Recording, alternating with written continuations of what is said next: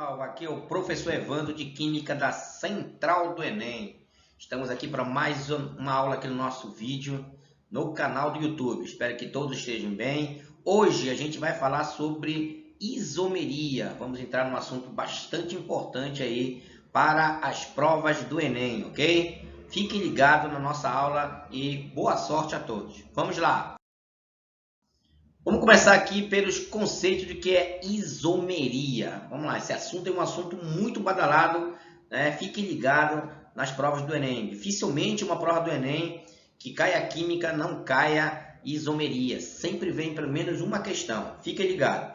Iso vem de igual, meria vem de medida. Então a isomeria é uma parte específica, eu vou sintetizar o que está aí nesse texto. É uma parte específica da química orgânica que trabalha, que estuda dois ou mais compostos, tá certo? Diferentes, mas que apresentam em comum a mesma fórmula molecular, ou seja, a mesma medida. Daí o iso vem de igual mesmo, beleza? Então a isomeria é esse fenômeno trabalhado dentro da química orgânica, ou seja, compostos diferentes que apresentam a mesma fórmula bruta, a mesma fórmula molecular. Fique ligado. Basicamente, nós temos dois tipos de isomeria, né? Nós temos a isomeria plana, que a gente vai estudar na aula de hoje, a gente vai comentar na aula de hoje, também conhecida como isomeria constitucional, e nós temos a isomeria espacial, que a gente vai ver em outro momento, beleza? Tranquilo? Espero que todo mundo esteja entendendo. Bora falar, primeiramente, da isomeria plana. Primeiramente, ela recebe esse nome de isomeria plana, porque a diferença entre os isômeros, professor Evandro, que é um isômero. Isômero é o nome que se dá aos compostos formados pela isomeria. Já deixa eu mostrar para vocês que são isômeros, ok? Fique ligado. Então, a diferença entre os isômeros está na fórmula estrutural plana em que eles apresentam. Daí o nome ser isomeria plana. Existem 5 tipos de isomeria plana. Acompanhe comigo.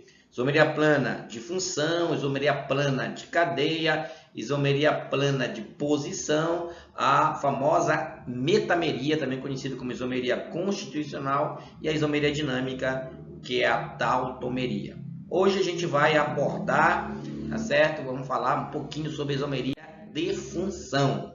Essa isomeria que é uma isomeria bastante estudada em provas, ok? Como o próprio nome diz, a isomeria de função, a diferença entre os isômeros está no grupo funcional em que apresentam essas funções, tá certo? Ou seja, compostos diferentes de mesma fórmula molecular, onde a diferença no grupo funcional, ou seja, a diferença está na função. Basicamente, a gente vai destacar 3 tipos mais comuns de isomeria de função. Vamos lá, vamos para elas. Isomeria entre álcool e éter.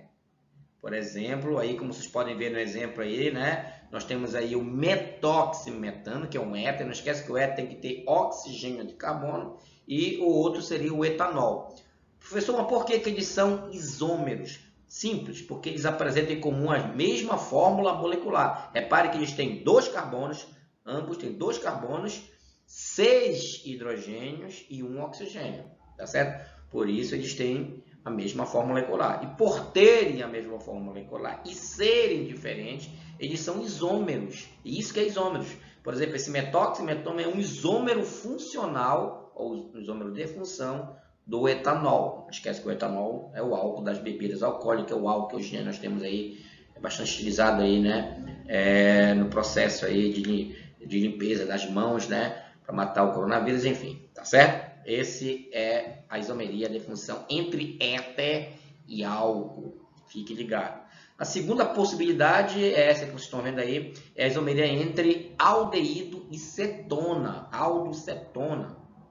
Por exemplo, aqui nós temos o propanal, que é um aldeído, esquece que você tem que ter carbonila ligado ao hidrogênio na extremidade da cadeia, e nós temos a propanona, a famosa acetona, né? Repare que são funções diferentes, mas apresentam em comum a mesma fórmula molecular, são isômeros, a isomeria entre aldeído e cetona. Fechando aí, tá certo? A isomeria de função, a gente vai falar um pouquinho sobre ácidos carboxílicos e ésteres.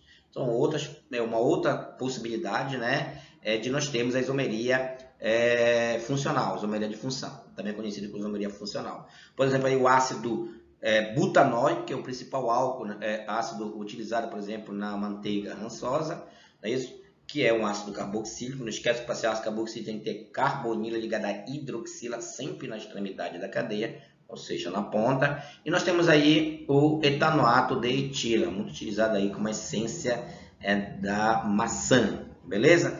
Bem, essa foi a nossa aula de hoje sobre isomeria plana, mais especificamente falando sobre isomeria de função, beleza?